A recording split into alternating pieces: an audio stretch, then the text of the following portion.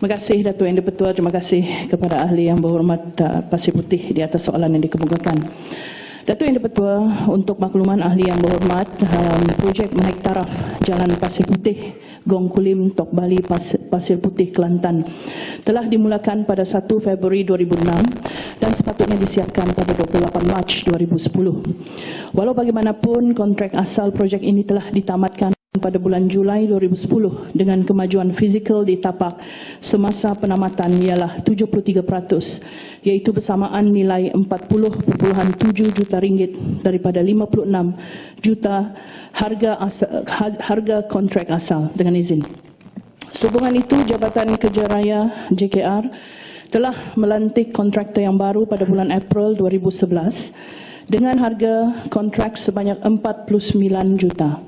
Kontrak ini sepatutnya disiapkan pada bulan Februari 2014, namun demikian kontrak ini juga terpaksa ditamatkan pada bulan November 2013 berikutan masalah kelemahan kontraktor. Nilai kerja yang dilaksanakan sehingga kerja penamatan ialah 27.4 juta atau bersamaan 55% kemajuan fizikal. Untuk makluman ahli yang berhormat, JKR ataupun Jabatan Kerja Raya pada masa kini sedang dalam proses melantik kontraktor penyelamat yang baru bagi meneruskan baki kerja yang terbengkalai itu.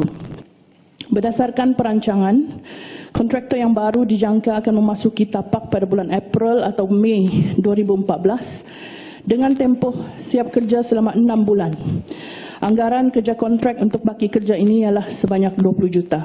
Datuk Yang di-Pertua, sekian sahaja jawapan saya. Terima kasih. Ya. Pasir Putih. Terima kasih Yang di-Pertua dan terima kasih Timbalan Menteri untuk soalan tambahan. Nampak gaya lebih kurang 10 tahun untuk menyiapkan jalan yang lebih kurang 10 km lebih sikit saja. 1 km 1 tahun. Itulah nasib kita di Kelantan, projek-projek kita ni selalunya lambat. Dan masih ada lagi 5 jambatan daripada Kota Baru, Pasir Putih sampai ke Jetih yang sudah disiapkan lincongan, tetapi jambatan itu 4-5 tahun tak dibuat lagi. Jadi itulah nasib kita. Nasib kita boleh dikatakan kesianlah. Orang Kelantan ni minta tolonglah, percepatkan. Satu lagi ialah lebuh raya di Kota Baru ke Kuala Kerai juga kita minta tolong cepatkan, dan lebuh raya Pantai Timur juga minta tolong dipercepatkan. Sebagaimana kita ni rakyat Kelantan ni sentiasa mengharapkan pertolongan daripada kerajaan pusat. Soalan tambahan saya, dengan kita memilih yang dipilih, kontraktor yang dipilih tadi, 2 kontraktor dipilih tetapi tidak melaksanakan tanggungjawab mereka dan ditamatkan. Persoalan saya, adakah syarikat-syarikat ini disenarai hitamkan? Bukan hanya syarikat, tapi soalan saya ialah ahli-ahli lembaga syarikat itu juga disenarai hitamkan. Adakah mereka ini sudah disenarai hitamkan supaya jangan mereka ini mendapat lagi kontrak-kontrak di tempat-tempat lain oleh pihak kementerian? Terima kasih. Ya, Sila Menteri. Terima kasih ahli yang berhormat di atas soalan tambahan yang dikemukakan. Ahli yang berhormat, sebenarnya kerajaan pusat tidak pernah menganaktirikan Kelantan. Ya. Yang berhormat jelas apa yang dilaksanakan di bawah rancangan Malaysia yang ke-10 khusus untuk Kementerian Kerja Raya sahaja. Yang berhormat, kerajaan telah meluluskan peruntukan sebanyak 400 juta. Dan ini terbukti dengan pembinaan Jambatan Sultan Yahya Putra dengan kos 180 juta. Dan seperti yang dikatakan oleh yang berhormat tadi, iaitu menaik taraf jalan Kota Baru ke Kuala Kerai, ya, kita akan mulakan dengan fasa ataupun package 1B yang akan dilaksanakan, iaitu Pasir Hor ke Kadok sepanjang 70 km dengan kos 220 juta.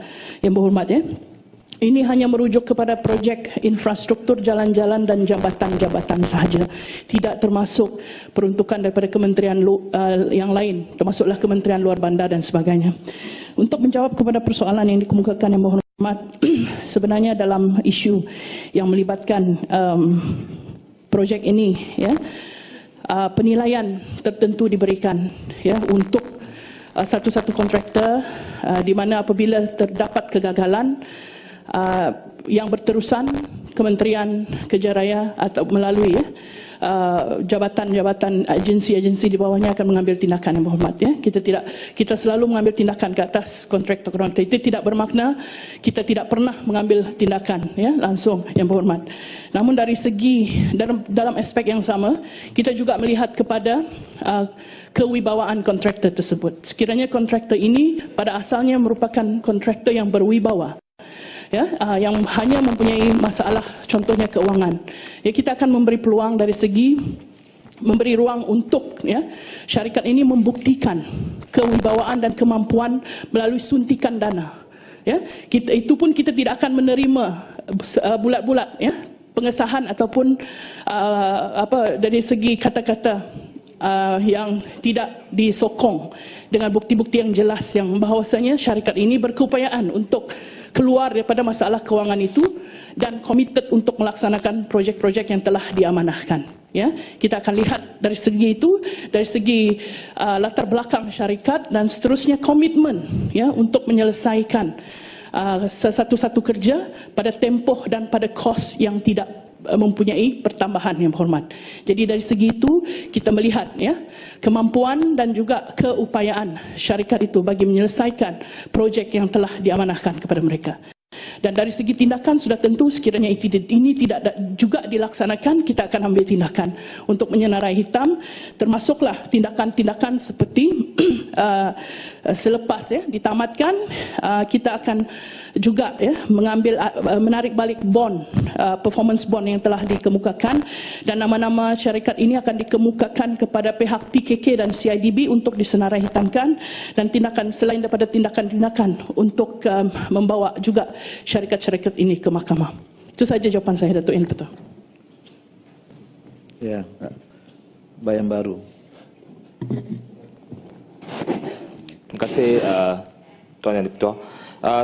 Kepada Timbalan Menteri saya nak tanya, sebab masalahnya sekarang adalah non-performing yang berterusan, dan kita tahu bahawa banyak kontraktor dia lepas ambil claim dia declare bankrupt dan dia tidak boleh deliver.